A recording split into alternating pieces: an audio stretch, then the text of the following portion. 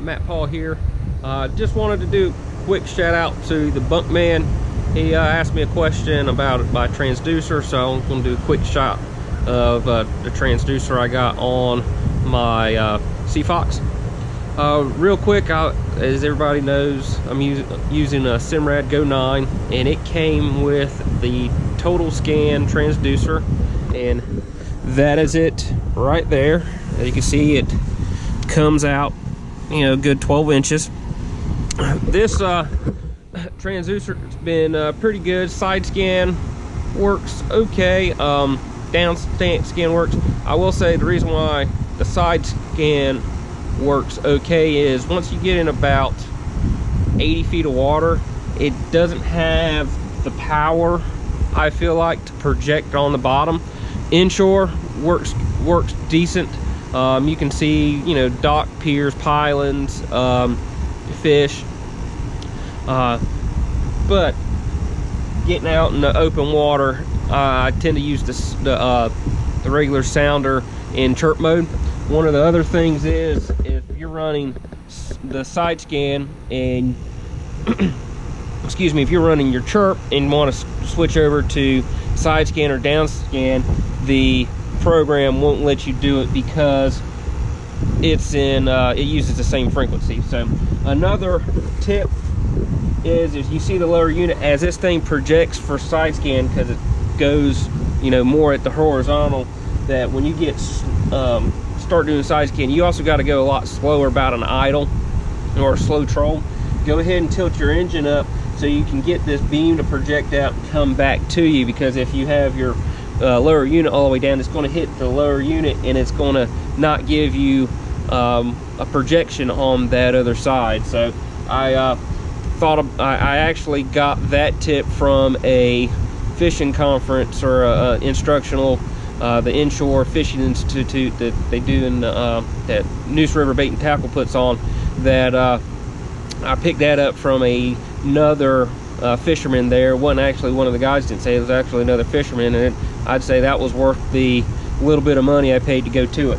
So you get a chance, hit that up in February. We're going to climb in real quick and I'll show you the setting on that, and after we get done with that, I'll go ahead and just do a little illustration on how the side scan actually works.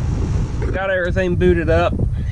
As you can see, I got the echo on. Since I'm on the trailer, it's giving me some funny stuff, but you can set this up in chirp, and it showed side scan and structure scan were disabled. A little thing came up at the bottom. So if I come in to here and do structure scan, see it shows paused because it runs off of those same frequency. So if it comes up as pause, make sure you go back to echo, go into your settings frequency. You need to make sure to run 83 or 200 kilohertz. I mean, 80's good for deeper water, I feel, and then 200 is good for more of your shallower inshore, less than 100 feet.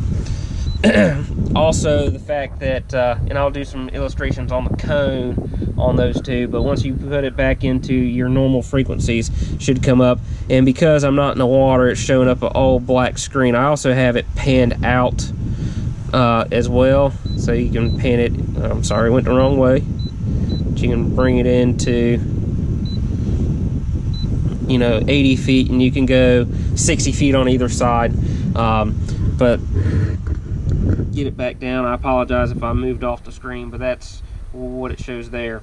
I'm gonna that little thing, as far as the tip here is, make sure if you want to run your side scan or your down scan, that you need to have your frequency on your echo down either 200 or 80, and that's it for that. Catch me real quick and we're going to go inside and I'll do a little illustration on how the different frequencies work. Hello everyone, I wanted to talk real quick. For some reason my tripod's bouncing a little bit.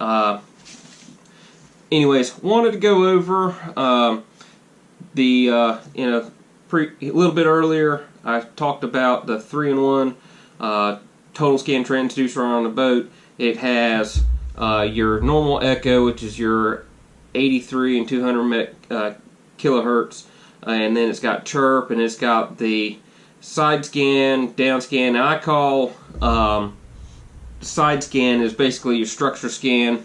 Lowrance has the trademark on the structure scan, which in a roundabout way, the Simrad that I run, it's basically structure scan too. It's Simrad and Lowrance are owned by the same parent company. So with that being said, showed a little bit on the unit, but I went on Lowrance's website and I wanted to help illustrate what the different frequencies do. And as you can see, you think of it as a cone. Now the 83 is got you a 60-degree cone, and it's going to give you kind of a wider area, and then the 200-degree is going to be a more confined cone. Now if you look at it in these, see one's deeper than the other, and then your relative depth, because 83 is such a slow bandwidth, it's going to penetrate deeper in the water column. Your 200 degree or 200 kilohertz is going to be a smaller cone. It's actually going to be able to take, and here it is from basically a top down, and it'll allow you to kind of dial in on a spot. Now up here is your chirp, and as you can see, your chirp is kind of this elongated green mark here, and your 800 kilohertz and your 455 are going to be in that same range there. It's not going to penetrate as deep in the water column, but it's going to give you a better, you're not going to have as much noise, and when you get basically the reflection back, it's actually going to be on the fish. And then up here, this 45-degree cone is a little bit higher than that. That's your down scan. If you're looking straight, pretty much down on something with, on the down scan, it's going to give you a tighter cone, a better picture in this range. But as you can see, relatively speaking, hopefully you can see this, it's not going to be projecting out in the water as much as the 83 kilohertz. Now, your structure scan and side scan runs off 455. That's why you can't run chirp and structure scan or down scan at the same, because they're running off of this 455 kilohertz. But as you can see, it comes off the bottom and misses out. There's a blind spot just below, and a lot of times that's why you got to run your down scan and your side scan at the same time. But it does this whole side there, and as you can see, it's real elongated right there, and that's why I was talking about in your motor position. That's why you want to tilt your motor up just a little bit so it can project out to the side.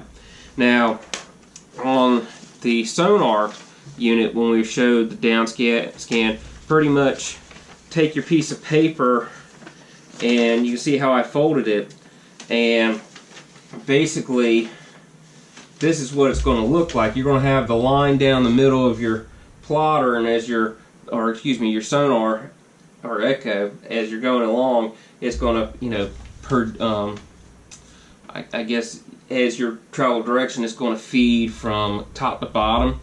But basically, the water column or your depth is going to be in this area right here, and then when it touches the bottom, it's going to project down on the bottom. So basically, as you get deeper, this blind zone right here gets further and further out, and that's why you got to be running the down scan at the same time, because you can see things. I mean, it'll show up. You'll have different reflections in that column, but it takes a little while to get used to, where it's just a whole lot easier to look on the next screen. If something looks funny, look at it on the next screen.